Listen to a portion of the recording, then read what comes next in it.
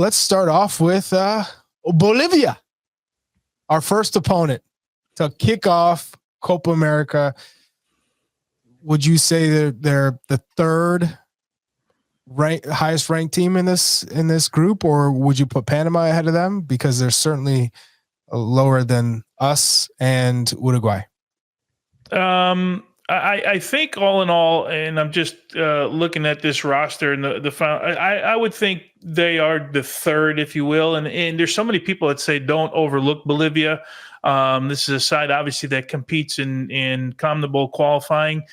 I like the way that the lineup of games happens for the U.S. because I think this is the pivotal game in the competition for them. To advance, you always got to win the first game. So you're always coming out with energy. You should have fight. They have this sort of progression from Colombia to Brazil, and hopefully that carries over to what we're going to see against Bolivia.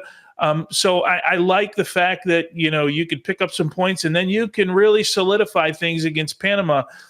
But I would caution anybody to overlook any of these teams, especially the teams in CONMEBOL. We look at CONMEBOL and we say, well, this team's done this in qualifying and this team's done that.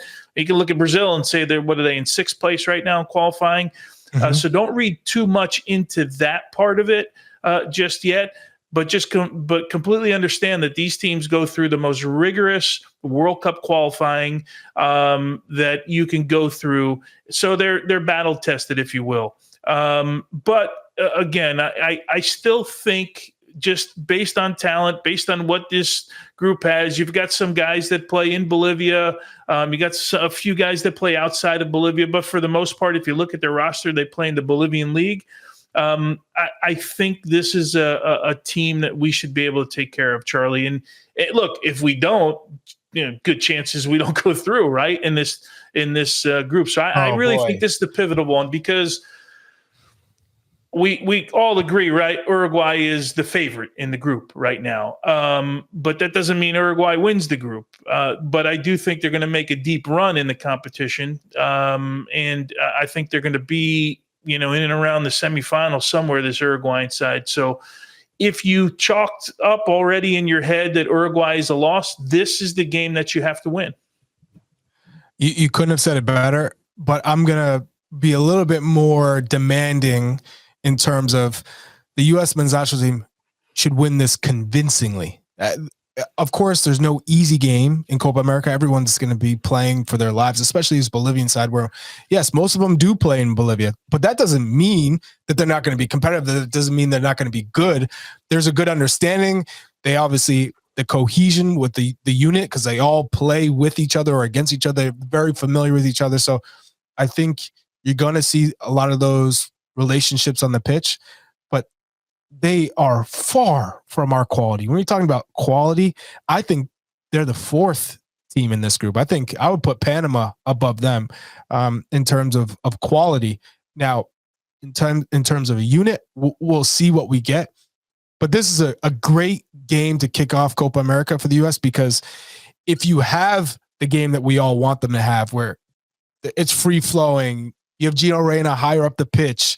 He's connecting all these passes, bringing Christian in and Timothy Weah and whether it's Balogun, Pepe, Sargent, or Haji Wright, whoever is the nine, they're all getting chances and it's free flowing. You start off with a bang, 3-4 goals, get the confidence going. That would be my expectation in that first game. Now, it obviously doesn't always go according to plan. Just look at these Euros where the favorites are scraping by in a lot of cases, or it's just not happening for them in the final third. So, yeah, to your point, Tony, you cannot overlook Bolivia, but you want to start as strong as possible. And for me, this is the weakest team in the group. So it would really benefit the U.S. to have a positive start. So the one thing that comes to mind, and we've been talking about this with the Euros, if you're Bolivia and you feel that the U.S. is a better team than you, right? Mm-hmm. I would think that they're thinking as well is Uruguay is the best team in the group. So the team that Bolivia has to beat is the U.S. And I say all the time, if you run up against the top team in the group or a team you got to beat, I'd rather play that team early in the competition, in particular the first game. before they've gotten a rhythm, before they've grown into the tournament. Because how many times do we see Charlie in competitions, and we're seeing it a little bit right now in the Euros. We see it in World Cups. We see it in Copa Americas. It doesn't matter that the team that's there in the end, that's making it through the deeper rounds of the competition, they generally, sometimes they don't start well, right? And they start to grow and they get into it, and a little bit of nerves settle, the nerves settle after game one. And so if you're Bolivia, just think about what they're thinking right now. Because the reality is they're not coming here for vacation. They want to get to the next round. This is the game that they have to. If I'm Bolivia, I'm thinking I've got to beat the U.S. in Panama. That's who I'm. If I'm Panama, I'm thinking I've got to beat those other two teams. But they have scars from the U.S., that Bolivia doesn't have. So it's a really, like I said from the start, I like, Charlie, the way that the games line up for the U.S. right now. Couldn't have said it better. And when you're looking at the U.S. game for Bolivia, if it's 0-0, that's a win. You want to, you just want to keep 100%. that goal differential, right, intact, not concede, and just make it super difficult. And if you get 3 draws in a row, that's great for Bolivia. So, Bolivia come into this Copa America having lost 12 straight Copa America matches. So that kind of gives you an idea of just where they've been over the past couple of years, if not decades. And the U.S. are 2-2-4 all time versus Bolivia, with 2 wins coming in the past 2 meetings in 2016 and 2018. The last win versus Bolivia, Bolivia had against the U.S. men's national team was June 12th, 1996. So in saying that, let's put a nice bow on that Bolivian preview, and let's move on to the next opponent for the U.S. men's national team, which is Panama. We've seen them quite a bit.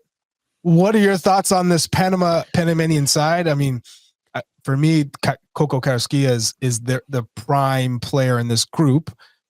But how do you feel that Thomas Christensen has kind of improved his side? Yeah, I think what we've seen of late from his side is that a team a little bit more willing to attack. Of course, Coco Carrasquilla, and what was it, Gold Cup, right? He won the player of the tournament last time around. He's a guy, along with Godoy, that can control the midfield for you. Mm-hmm. Look, they want to attack. I don't think, when they've got a guy that can stretch the field, like who's it, Ishmael Diaz, right, can stretch the field for them. I don't think they're going to be in awe of the U.S. I don't think it's a situation, because they've played the U.S. so many times, right? I do think, as I mentioned, there's a few scars there. They haven't won a heck of a lot against the U.S., but it's a very capable side. I get the sense sometimes with a team like Panama that a lot of it depends for them how the competition starts, right? Where their confidence is high. If they can get absolutely anything out of the Uruguay match, and even if it is goal differential where they're not completely blown out of this thing, then maybe that is the plus, the positive and the plus side of things for them. But they've got some guys that can play. Ishmael Diaz, Cecilia Waterman, who plays in Peru, pretty good player. But again, I think for them, it's about the start. The one thing, their challenge, Charlie, for me, is make sure you're in the tournament after the first match, right? And yes. Again, if it's goal differential, then that's what it is. If they lose by a goal and it comes down to that, but make sure if you're Panama, you're not out of this thing before the thing even starts. You're 100% right. And for Panama, it's just keeping it close. I think in counterattack is where they could really hurt teams in this group. If they can defend well as a unit in their 3-5-2, sometimes it's a 3-4-3, but if they can defend well, whip in balls and be good in transition and on the counter, this Panamanian side could surprise some teams.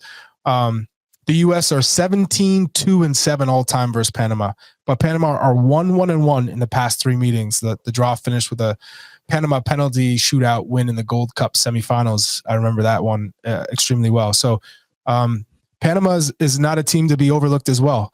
And the final team in our group, Uruguay, who are on this incredible run right now. Tony, this Uruguay side is, you could argue, is up there with Argentina in terms of form and prowess right now, because Brazil have not looked great as of late. So how do you feel our chances are against this Uruguay side that is definitely feeling it? Well, yeah, they are feeling it. I don't look. I don't know that we'll be in awe of this based on who we have, but you're talking about a new Uruguay, right? When we think about Uruguay, we think of 1-0 results. We think about hard-nosed players. They've always had those, always fighting on the field, never giving up in any challenge. And now you throw Marcelo Bielsa into the mix, and now you've got this style of pressing. And I'm one of the first to say I think pressing for national teams is one of the hardest things. And then the 99th year, and then we had the 100th edition when Chile won both of those two competitions against Argentina. One was in Chile, and then the following year it was here in the U.S. That's when the U.S. got knocked out by Argentina, the Messi free kick and all of that. That team, that Chilean side, was also a pressing side. And one, you've got to remember, you're talking about national team players, so you're generally talking about the best players, in their positions at their clubs. You bring them into a national team. There's a bunch of egos involved. You don't have time because normally you have a little bit more time for this Copa America because it's in the summer, but you normally don't have a lot of time during World Cup qualifying, 2 or 3 days before kickoffs of your first game. And then you generally don't train after that. You're watching video. So I think pressing is one of the hardest things to do for a national team. But Marcelo Bielsa, look, we know he's done this time and time again. This is his style of play. He only has one style of play. And to get guys to buy into that, and then to get guys to learn how to do it, because let's face it, when you're a big superstar, like, you're a Valverde, right? Of course, he plays at Real Madrid, and they're not pressing all over the place. But now you come to the national team, and the manager's saying, okay, for you to be on the field, like, we're going to run, we're going to press everywhere, the high energy, and you just come off a long season and you win Champions League, and now you're going to come and play this way. I think it's a really difficult task to get guys to buy into that. But look, Marcelo Bielsa, he's the master of this, and he's the guy that seemingly has gotten them to buy into this. So this is a really interesting challenge.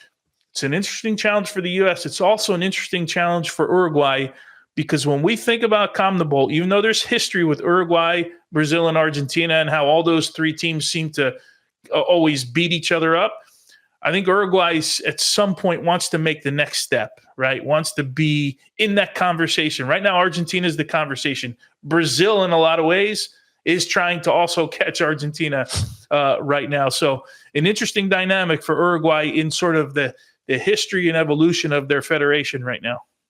And they have a strong spine, so it's going to make it that much more difficult for not only the CONMEBOL teams, but also for the U.S. in that last group stage game.